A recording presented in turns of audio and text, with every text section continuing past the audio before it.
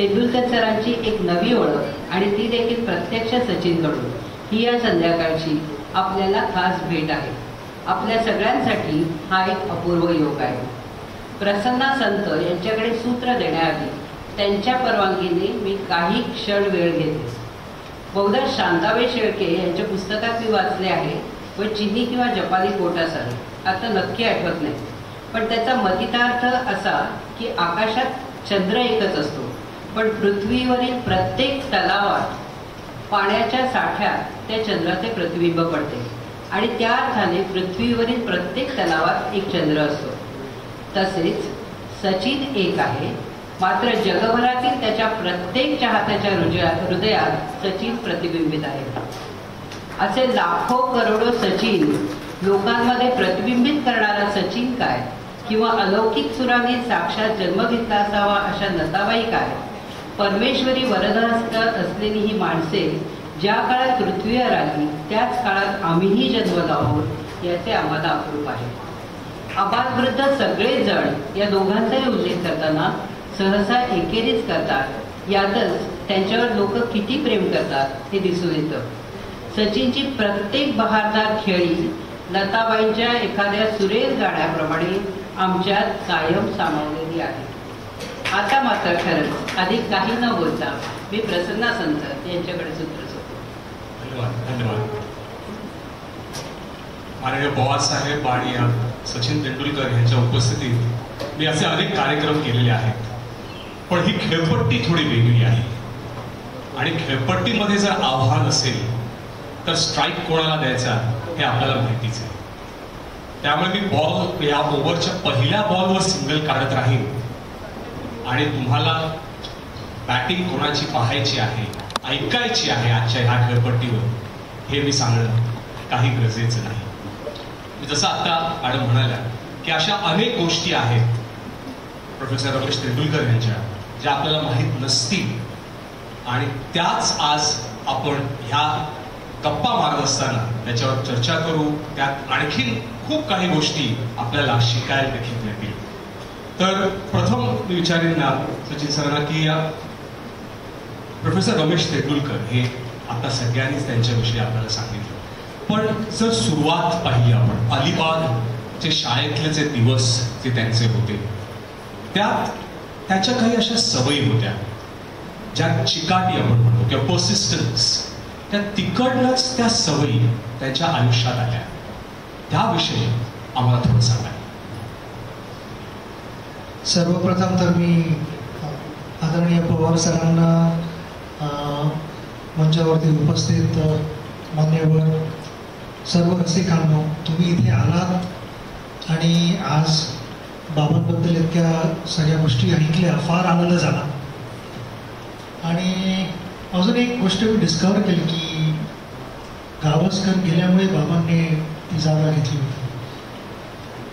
बरोबर 10 वर्षानंतर गावस्कर रिटायर झाले आणि दुसऱ्या तेंडुलकरने वानखेडे स्टेडियमवर त्यांची सीट घेतली.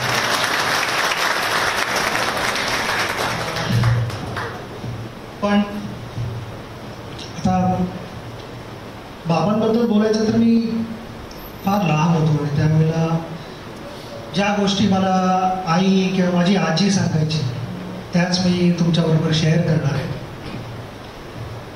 बाबांचं लहानपण अलिबागमध्ये, अलिबागच्या तिकडे एक छोटंसं गाव होतं रेशवी, तर त्या तिथे वाढले. आयुष्यभर चॅलेंजेस होते, पण लहानपणापासूनच ते चॅलेंजेस सुरू झाले. कारण शाळाही होती ऑलमोस्ट एक 8-10 किलोमीटर लांब. आई मला तेच सांगायचे की 8-10 किलोमीटर त्यांना चालत जायला लागायचं. ते आपली मोठी खांद्यावरती शाळेची बॅग, पुस्तकं सगळी असायची आणि ते चालायचे. त्यांच्याबरोबर त्यांचा एक फेवरेट कुत्रा पण होता. तो कुत्रा त्यांचा एक कंपॅनियन असायचा. तर तो शाळेत बाबांबरोबर जायचा. बाबा शाळा अटेंड करायचे, ते झाल्यानंतर परत चालत यायचे. पण जे मी बोललो की लहानपणापासून वाचण्याची आणि शिकण्याची ही एक आवड होती, ती एक ओढ होती जी बाबांना शाळेकडे घेऊन जात होती सारखं. आणि आपण एक म्हणतो की पॅशन, ती पॅशन लहानपणापासूनच होती बाबांची. कुठेतरी मला वाटतं की जो एक फिजिकल टफनेस असतो तो तर होतोच. कारण जर का लहान मुलगा रोज 8-10 किलोमीटर शाळेत जाऊन परत 8-10 किलोमीटर परत येणार घरी, तर त्या फिजिकल ट्रेनिंग तर होतच होतं, पण कुठे ना कुठेतरी ती एक मेंटल स्ट्रेंथ पण वाढते की ना. बऱ्याच ॲथलीट्सकडनं मी ऐकलेलं आहे, ज्यावेळेला मी माझं करिअर सुरू करत होतो की ना अनेकदा आपल्याला ज्या गोष्टी आवडत नाहीत त्या गोष्टी करायला लागतात ट्रेनिंगमध्ये. बाबांना जरी ते आवडत नसलं की 8-10 किलोमीटर, तरी ते शाळेत जाऊन मला काहीतरी शिकायला मिळेल आणि त्या आवडीमुळे ते करत होते. तर हे एक मोठं एक्झाम्पल होतं आणि मला वाटतं की ना तो मेंटल टफनेस होता तो, त्यामुळे आमच्या फॅमिलीवरती त्याचा एक पॉझिटिव्ह इफेक्ट झाला. मी बाबांना कधी असं वेगवेगळे चॅलेंजेस आले आयुष्यात, पण कधी असं एक्सप्रेस करताना बघितलं नाही. ऑलवेज चेहऱ्यावरती एक कामनेस असायचं, ऑलवेज चेहऱ्यावरती असं एक एक्सप्रेशन असायचं की सगळं ठीक चाललंय. कारण ते चॅलेंजेस ते काय होते ते आमच्यापर्यंत पोचवत नाही, ते स्वतः सोल्युशन काढून ते सॉल्व्ह करायचे. किती छान सांगितलं तुम्ही की ते तिकडनं तुमच्याकडे आलं आणि आम्ही देखील ते अनुभवलं आहे. त्यांनी ते एज्युकेशन फील्डमध्ये शिक्षण क्षेत्रात केलं, पण तुम्ही ते क्रिकेटच्या कारकिर्दीत आम्हाला दाखवलं की प्रेशर किती असलं, चॅलेंज किती असला तरी तुम्ही काम करायचं. तसं तुम्ही आता मगाशी अलिबागचं सांगितलं, अलिबाग ते मुंबई असा त्यांनी प्रवास केला आणि त्या प्रवासात काम होतं, नोकरी होती, वाचन होतं. पण अलिबागमध्ये आपण जेव्हा त्याविषयी चर्चा करत होतो तुम्ही एकाग्रता, कॉन्सन्ट्रेशन बद्दल जर इकडे आपण आलो, तर जेव्हा ते मुंबईला आले तेव्हा एक गुण त्यांचा जो होता तो म्हणजे कितीही काही झालं तरी कॉन्सन्ट्रेशन, एकाग्रता ते कधीही हरवायचे नाही. जसं आपण आधी ऐकलं की मुंबईला जेव्हा बाबा आले त्यावेळेला सगळी फॅमिली मूव्ह झाली होती मुंबईत आणि आम्ही दादरला इंद्रवदन सोसायटीमध्ये राहिलो. तिकडे चाळी होत्या, तिकडे आमच्याकडे 2 रूमचा एक ब्लॉक होता. अनेक फॅमिली मेंबर्स असल्यामुळे तेवढी अशी प्रायव्हसी नव्हती की ना बसून बाबा अभ्यास करतील. एक वेगळी रूम वगैरे असं काही नव्हतं. त्या 2 रूममध्ये एक कॉर्नर होता जिथे बाबा बसायचे आणि त्या कोपऱ्यात त्याने आपली पुस्तकं अरेंज करून ठेवली होती. तिथेच एक लाईट लावला होता आणि भिंतीकडे तोंड काढून ते वाचत असत.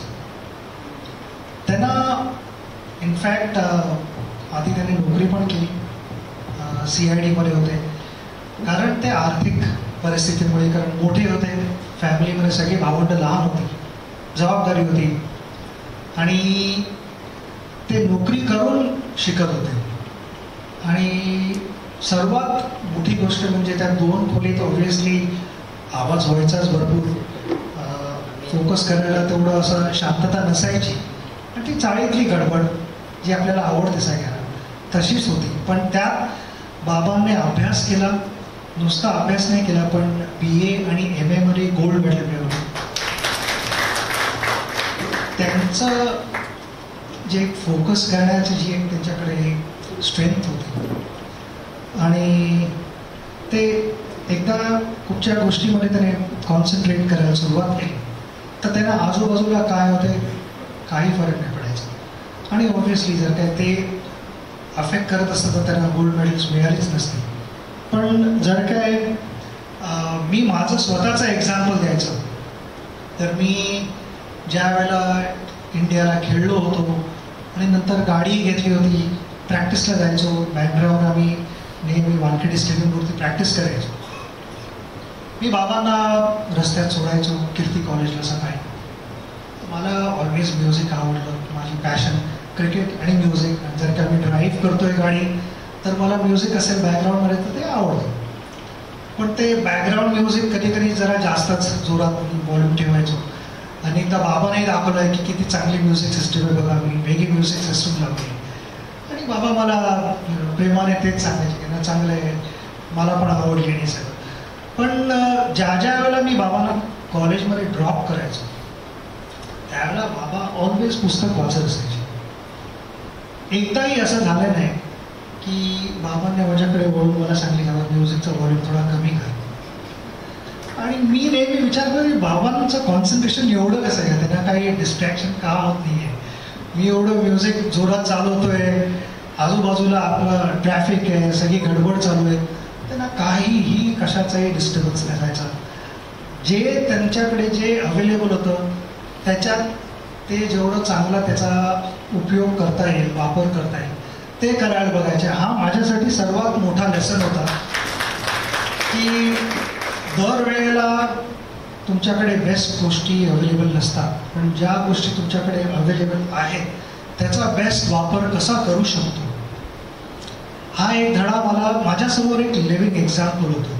आणि कुठे ना कुठेतरी मला वाटतं की 10% की ना हो, पण तो 10% कॉन्सन्ट्रेशन करण्याची ताकद माझ्याकडे त्यांच्याकडे आली. किती छान वाटतं नाही ऐकायला हे किस्से की म्युझिक सुरू आहे पण एकाग्रता ते पुस्तक वाचत असताना.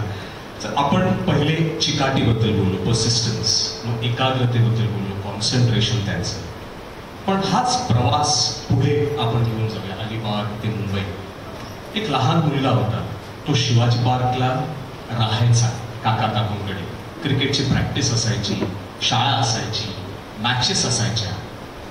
तरी वडील कितीही व्यस्त दिनक्रम असला तरी न चुकता त्या मुलाला तर रोज संध्याकाळी भेटायला यायचे. त्याबद्दल आम्हाला थोडं सांगा. मी ज्यावेळेला न्यू इंग्लिश स्कूल बँड्राहून शारदाश्रम जॉईन केली, कारण आचार्य सरांनी सांगितलं की शारदाश्रमला येऊन याला क्रिकेट खेळून दे, त्यांची टीम चांगली आहे आणि मीही तिकडचा कोच आहे, तर मी लक्ष ठेवीन त्याच्यावर. त्यामुळे माझी शाळा बदलली गेली होती. आणि बँड्राहून कबूतरखान्याला जर काय पोचायचं 2 मला बसेस बदलायला लागायच्या आणि त्यात अनेक वेळा ते कनेक्टिंग बस मिस व्हायची आणि मी शाळेत लेट पोचायचो. माझ्यासाठी ते ठीक होतं, पण बाकीच्यांना ते काही बरोबर वाटत नव्हतं. त्यामुळे असं डिसिजन घेतलं होतं की मी शिवाजी पार्कला इंद्रवदन सोसायटीमध्ये माझ्या काका आणि काकूंबरोबर राहील. आणि तिथे मी 4 वर्ष राहिलो. 4 वर्ष राहिलो तिकडे. क्रिकेटमध्ये माझं मन एवढं रंगलं की बाकी इकडे तिकडे काही गोष्टी होतात मला कशाची काहीही पडली नव्हती. मला माझ्यासमोर एकच स्वप्न होतं की मला इंडियाला खेळायचं आहे आणि वर्ल्ड कप जिंकायचं. त्यामुळे माझी ती जर्नी सुरू झाली होती. आणि बऱ्याच वेळा शाळा असायची त्यावेळेला मी शाळेत जायचो तिकडनं. मग प्रॅक्टिस असायची, कधी कधी सर प्रॅक्टिस मॅचेस पण अरेंज करायची माझ्यासाठी. तर शाळा संपवून मग मी प्रॅक्टिस मॅच खेळायचो आणि मग परत प्रॅक्टिस करून घरी यायचो. तोपर्यंत संध्याकाळी 8-8:30पर्यंत मला थकलेलं असायचो. मला बऱ्याच वेळेला झोप पण यायची. मी झोपायचो, न जेवता झोपायचो. पण आई बाबा मात्र मला ऑलवेज दर दिवशी कुठेही असतील तरी ते संध्याकाळी शिवाजी पार्कला मला भेटायला यायचे. आणि ही गॅरंटी नव्हती की मी जागा असेल की नाही. बऱ्याच वेळेला मला अर्ध्या झोपेत मला कळायचं की ना बाबा माझ्या कपाळावर हात फिरवत आहेत आणि मग बँड्राला परत जायचे कलानगरला. बाबांचं जे एक नेचर होतं की एक ऑलवेज कोणाची अडचण असेल तर त्याला बाबा ऑलवेज मदत करायला बघायचे. मग हे बघायचे नाही की आपल्याकडे किती आहे आणि समोरच्याला काय हवं आहे. ते ऑलवेज पहिला हा विचार आहे समोरच्याला काय गरज आहे आणि त्यानंतर बाकीच्या गोष्टी जे काय होईल ते होईल. आठवड्यातले 6 दिवस तर त्यांचा एवढा बिझी प्रोग्राम असायचा. सकाळी कॉलेजला जायचे आणि वेगवेगळे क्लासेस आणि सगळं घरी यायचपर्यंत उशीर व्हायचा. कुठचाही नॉर्मल माणूस रविवारी विचार करेल की मी आता फॅमिलीबरोबर टाईम थोडा काढतो, पाय वरती करतो सोफ्यावरती आणि आराम करतो. पण बाबांना अनेकदा वेगवेगळे स्पेशल क्लासेसचे रिक्वेस्ट यायच्या. स्टुडंट्स रिक्वेस्ट करायचे की आम्हाला प्लीज आमच्याबरोबर थोडा वेळ काढा. आणि त्यात IAS IAS IPS ऑफिसर सगळे त्यांना बाबा मराठी शिकवायचे. आणि मग संध्याकाळी जर काय वेळ मिळाला तर मग फॅमिलीबरोबर असायचे आणि घरी असायचे. पण ओव्हरऑल वातावरण एकदम पीसफुल ठेवायला बघायचे. जेवढं सहज घरात वावरता येईल कुठे, की अशी कधीच भीती नव्हती की अरे बाबा आहेत म्हणून हे करू नका ते करू नका. आम्हाला कम्प्लीट फ्रीडम होतं, जे काही आम्हाला करायचं होतं ते फ्रीडम होतं. आणि ते एक वातावरण बाबांनी घरात ठेवलं होतं. जर काय माझ्या शिवाजी पार्कला तिकडे येऊन माझ्याकडे येऊन सारखं भेटायचं मला, ह्या गोष्टीबद्दल जर काय डिस्कस परत करायचं तर मी बऱ्याच माझ्या मित्रांनाही चॅलेंज दिला. बोललो की रोज संध्याकाळी तुमच्याकडे मी गाडी ठेवतो 24 तास, तुम्ही मला दाखवा किती दिवस करू शकता की संध्याकाळी शिवाजी पार्कला यायचं. माझे आई बाबा त्यावेळेला बस आणि ट्रेनने ट्रॅव्हल करत होते, पण न चुकता रोज संध्याकाळी तिकडे येत असत. छान, म्हणजे ऐकतानाही आपल्याला असं वाटतं की या किती ह्या छान गोष्टी आहेत आणि त्यातूनच सचिन तेंडुलकर घडला. सर, आता तुम्ही जे सांगत होता प्रोफेसर रमेश तेंडुलकर यांच्याबद्दल, तुमच्या वडिलांबद्दल, अनेक जणांनी त्यांच्या स्वभावाविषयी खूप छान शब्द सांगितले. प्रांजळ, सॉफ्ट हार्टेड, काइंड हार्टेड, चाफ्याचा देखील उल्लेख झाला. पण साहित्य सहवासमध्ये तुम्ही जेव्हा राहायचा तेव्हा तुम्ही क्रिकेट खेळायचा, भरपूर काही गोष्टी होत्या, साहित्यिकांचा सहवास होता. पण असे काही किस्से आहेत ज्याच्यातनं त्यांचा एक वेगळा स्वभाव असा पुढे यायचा. मगाशीच नितीनने सांगितलं की माझ्या वडिलांना क्रिकेट काही एवढं कळत नव्हतं, पण ज्या वेळेला मी शाळेत खेळायला सुरुवात केली क्रिकेट, मला आचरेकर सरांनी सांगितलं, मी सरांना एकदा रिक्वेस्ट केली, सर घरी जेवायला या प्लीज. सर बोलले की तू ज्या दिवशी 100 करशील त्या दिवशी मला विचार, तोपर्यंत विचारूही नकोस. आणि असं नाही की शाळेत आमची हॅरिशीट चालू होती आणि मी ओव्हरनाईट बॅटिंग करत होतो 92 वरती. तर मला रात्री झोप येत नव्हती. बाबांना कळलं की मला झोप येत नाही आहे. ते माझ्या बाजूला होते आणि माझ्या कपाळावर थोपतो, त्यांना सांगितलं काही नाही, होणार सगळं नीट होणार आहे सगळं. आणि दुसऱ्या दिवशी मला अजूनही आठवतं आहे की आम्ही सकाळी उठलो, ही कलानगरची गोष्ट आहे. आमच्या इथे MIGच्या इकडे एक छोटंसं गणपतीचं देऊळ आहे. तिकडे आम्ही दोघे चालत गेलो, सकाळी नमस्कार केला तिकडे आणि मग बस पकडून शिवाजी पार्कला गेलो. शिवाजी पार्कला गेलो, आमची मॅच सुरू झाली. मी पहिल्या ओव्हरमध्येच 2 बाउंड्रीज मारले आणि 100 केले. मग सरांना घरी बोलवलं. पण सांगण्याचा हा हेतू की ती रात्र मीच जागा नव्हतो, माझ्याबरोबर माझे बाबा पण जागा नव्हते. त्यांचा स्वभावच असा होता की आता इथे अनेक माणसं बसलेली आहेत ज्यांनी एक्सपिरियन्स केलं असेल स्वतः. पण माझं वय असेल त्यावेळेला एक साधारण 6-7 वर्षाचं असेल आणि आम्ही साहित्य सहवासमध्ये राहत होतो. 4थ्या मजल्यावरती राहत होतो. त्यावेळेला लिफ्ट नव्हती.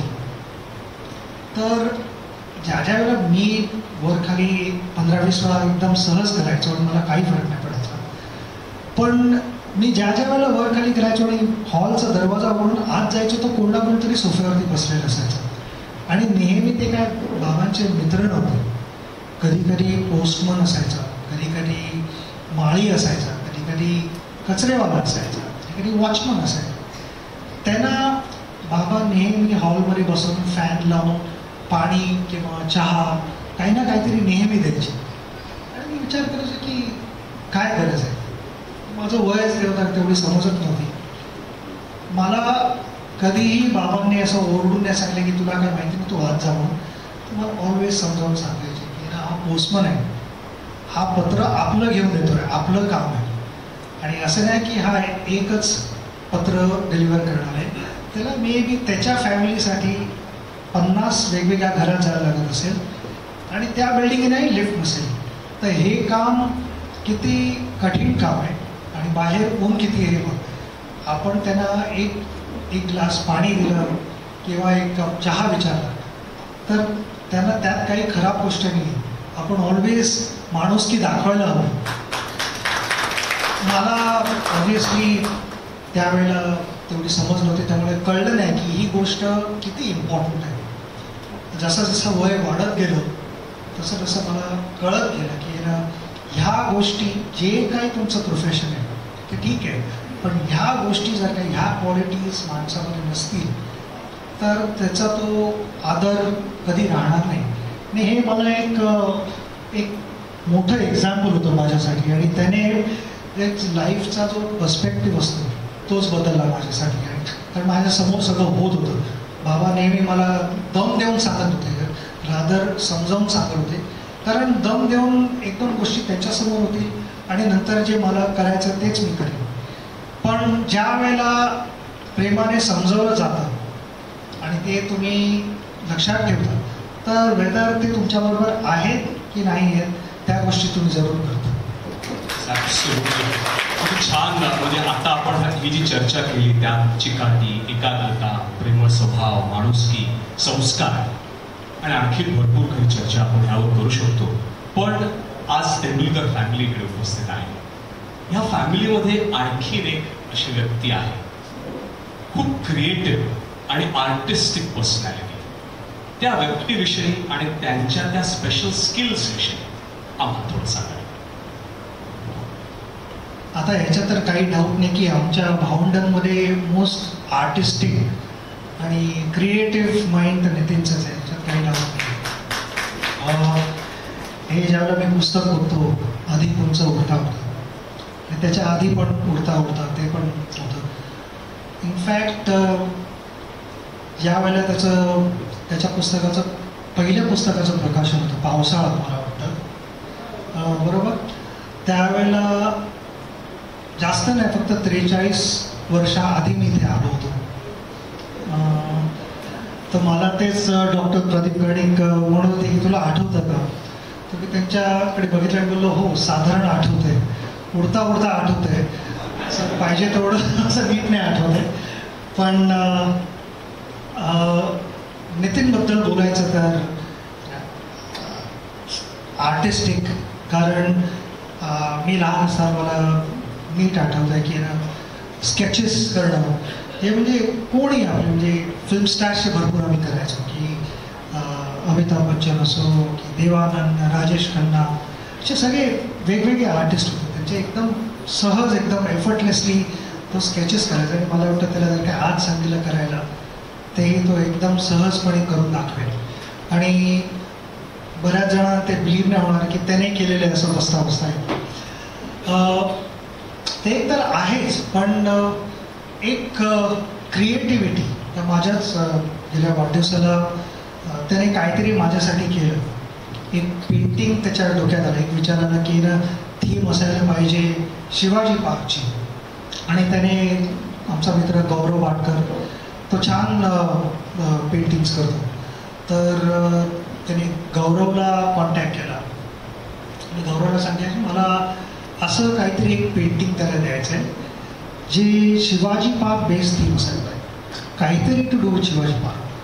तर गौरवला ओके चालेल, मी असं असं करतो म्हणतो. पण त्यात अजून एक क्रिएटिव्हिटी नितीनकडनं आली की त्याने सांगितलं की रंगामध्ये मात्र शिवाजी पार्कची माती मिक्स केलेली पाहिजे. तर त्या शिवाजी पार्कच्या माती मिक्स केलेले ते रंग तिकडे आहेत, ते माझ्याकडे घरी पेंटिंग आहे. तर ही अशा टाईपची गोष्ट कोण सर्वसाधारण माणूस विचार नाही करू शकत. He has to be creative, artistic, त्यानंतरच असे विचार तुमच्या डोक्यात येतात. ते म्हणूनच तो पुस्तक लिहितो आणि आम्ही वाचतो. वाचणं मला वाटतं जास्त इझी लिहिण्यापेक्षा. किती छान ना. आणि हे जे पुस्तकाचं नाव आहे उडता उडता, त्यांचं जे काम आहे ते असंच आहे, कारण त्यांचं प्रोफेशन ह्याच्याशी, ह्या टायटलशी निगडीत आहे.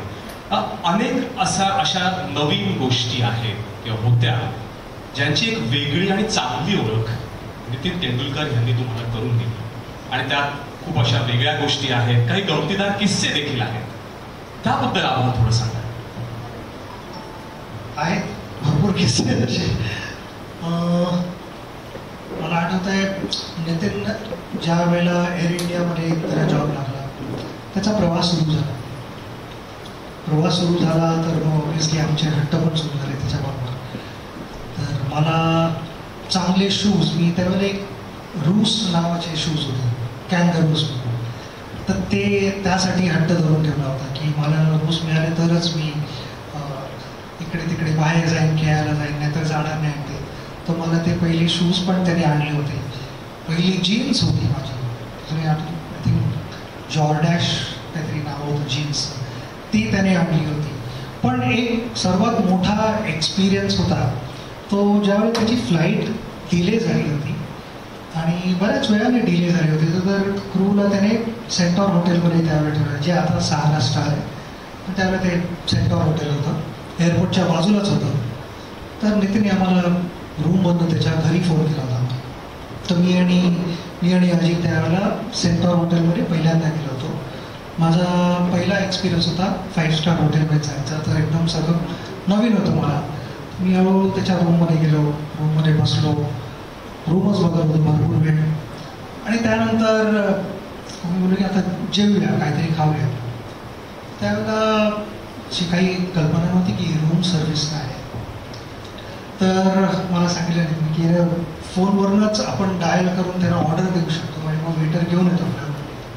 तर काय खाणार. तर पहिल्यांदा आयुष्यात त्यावेळेला मी आठवत आहे तंदुरी चिकन केली होती. कारण तोपर्यंत नुसतं पिक्चरमध्येच बघायचो तंदुरी चिकन वगैरे खातात, पण कधी तंदुरी चिकन खाल्ली नव्हती त्याच्या आधी. तर आम्ही तिघांनी बसून तंदुरी चिकन ऑर्डर केली होती आणि ती शेअर केली होती. तर असे अनेकसे एक्सपिरियन्सेस होते. एक तर इनफॅक्ट मजेशीर एक्सपिरियन्स असा होता की त्याला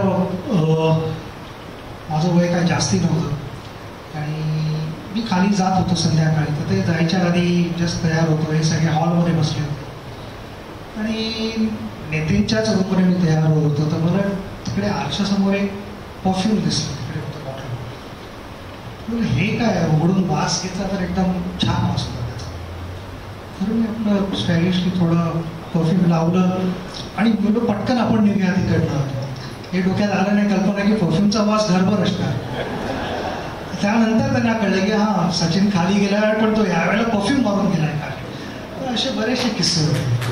खूपच छान आहे खरंच. आपण जोरदार टाळ्या वाजवू शकतो. खरंच जसं तुमची बॅटिंग होती किंवा तुमची कारकीर्द होती असं मला नेहमीच वाटतं की ह्या मुलाखती देखील किंवा ह्या गप्पा देखील अशाच सुरू राहाव्या. पण कार्यक्रमाची एक रूपरेषा आहे. पण एक शेवटचा प्रश्न सर तुम्हाला की अनेक असे आज इथे एक युवा पिढी आहे किंवा यंगस्टर्स आहेत ज्यांना करिअर ॲस्पिरेशन्स आहेत. ऑफ बीट करिअर असेल, त्यांना क्रिकेटर बनायचं असेल, फुटबॉल खेळायचं असेल, गिटारिस्ट व्हायचं असेल किंवा डॉक्टर, इंजिनियर, आर्किटेक्ट व्हायचं असेल. पण तुमचा इतका जो अनुभव आहे on the field, of the field, तुमच्यावर जे संस्कार झालेले आहेत, तर तुम्ही ह्या पिढीला एक ॲडवाईस, एक सल्ला काय देऊ इच्छिता? इतके सगळे माझ्या आजूबाजूला सिनियर माणसं बसलेत तर मला वाटत नाही की मी इकडे बसून ॲडवाईस द्यायला हवं. मी नुसता जो मला ॲडवाईस बाबांकडनं मिळालेला तो मी पास ऑन करतो तुमच्याकडे. आपण ॲस्पिरेशन्सबद्दल बोललो. ॲस्पिरेशन्स नुसते मुलामुलींचे नाही आहेत. मला वाटतं कधी कधी आईबाबांचे ॲस्पिरेशन जास्त असतात आपल्या मुलामुलींचं. तर माझ्या आयुष्यात सर्वात मोठी गोष्ट घडली जी मी 10 वर्षाचा होतो, 10.5 वर्षाचा होतो आणि ते डिसिजन घेतलं की मी नुसताच समर कॅम्प नाही अटेंड करणार क्रिकेटचा, पण त्यानंतर क्रिकेट सिरियसली खेळणार.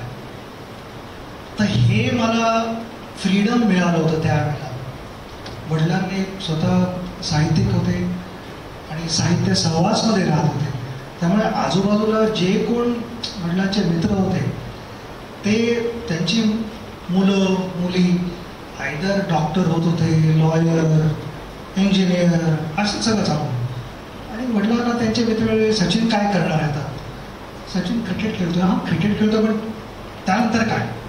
तर असा प्रश्न ते ऑलवेज आन्सर करत होते. ह्याचं उत्तर तेवढंच एकदम शांतपणे द्यायचे. कधीही असं झालं नाही मला की तुझ्यासाठी मी आता हे डिसिजन घेतलं आहे, तुला रन्स करायला लागतील, नाही तर क्रिकेट बंद करायला लागेल.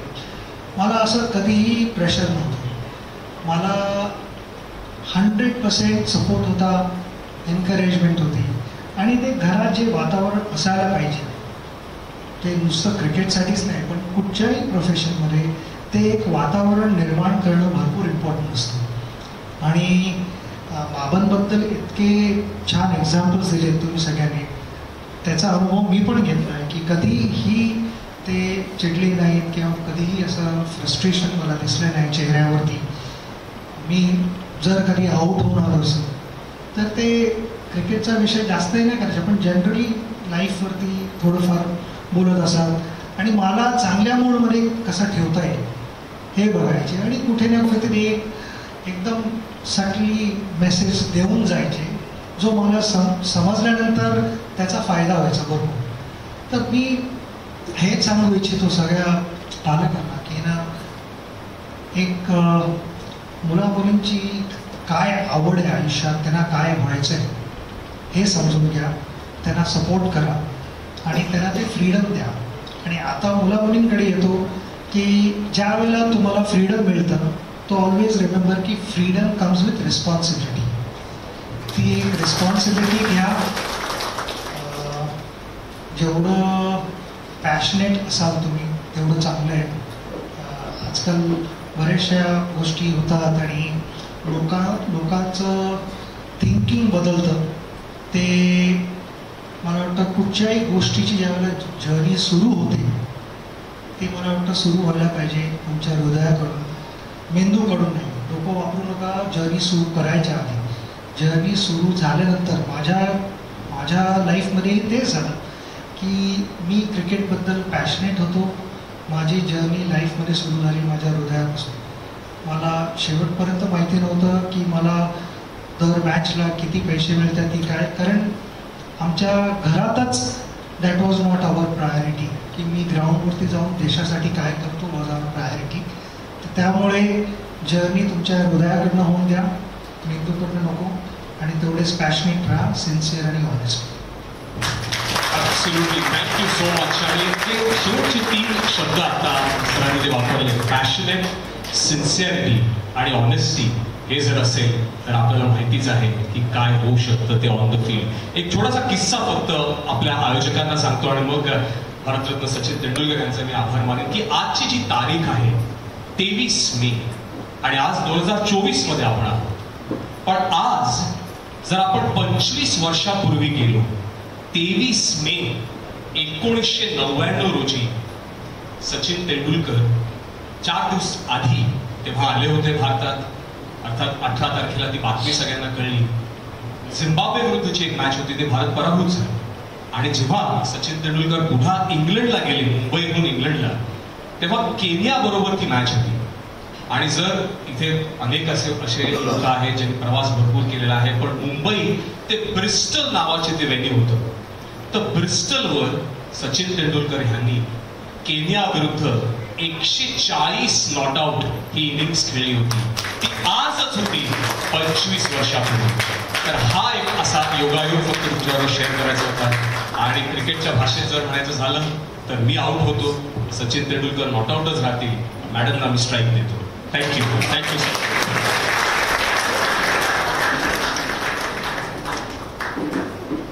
रात्र संपली पण गप्पा संपल्या नाहीत म्हणावे, तसंच या गप्पा कधी संपूच नाहीत असं वाटतं, पण आपल्याला ते थांबावं लागेल. प्रसन्ना संत यांनी अत्यंत खुबीने सचिनच्या गुणांचा स्रोत कुठे होता ते आपल्याला दाखवून दिलं. खूप खूप धन्यवाद प्रसन्ना आणि सचिन. खूप प्रेमाने आणि भरभरून बोलले सचिन आपल्या वडिलांविषयी.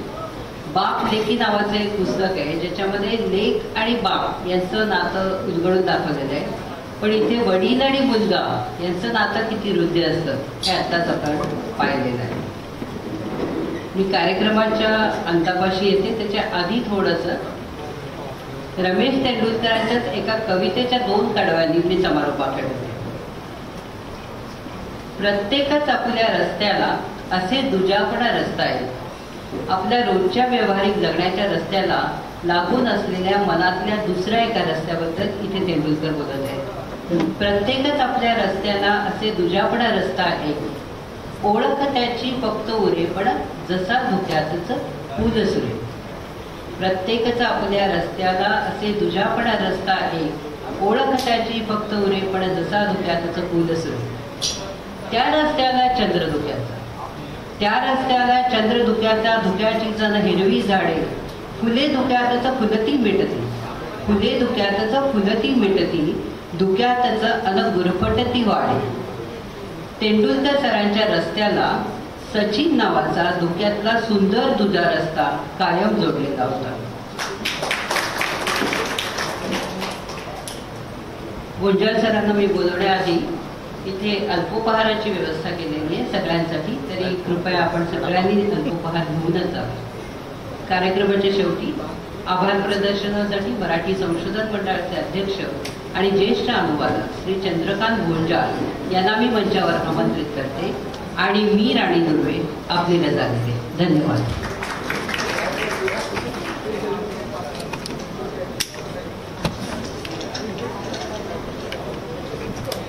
कार्यक्रमाला उशीर झालाय.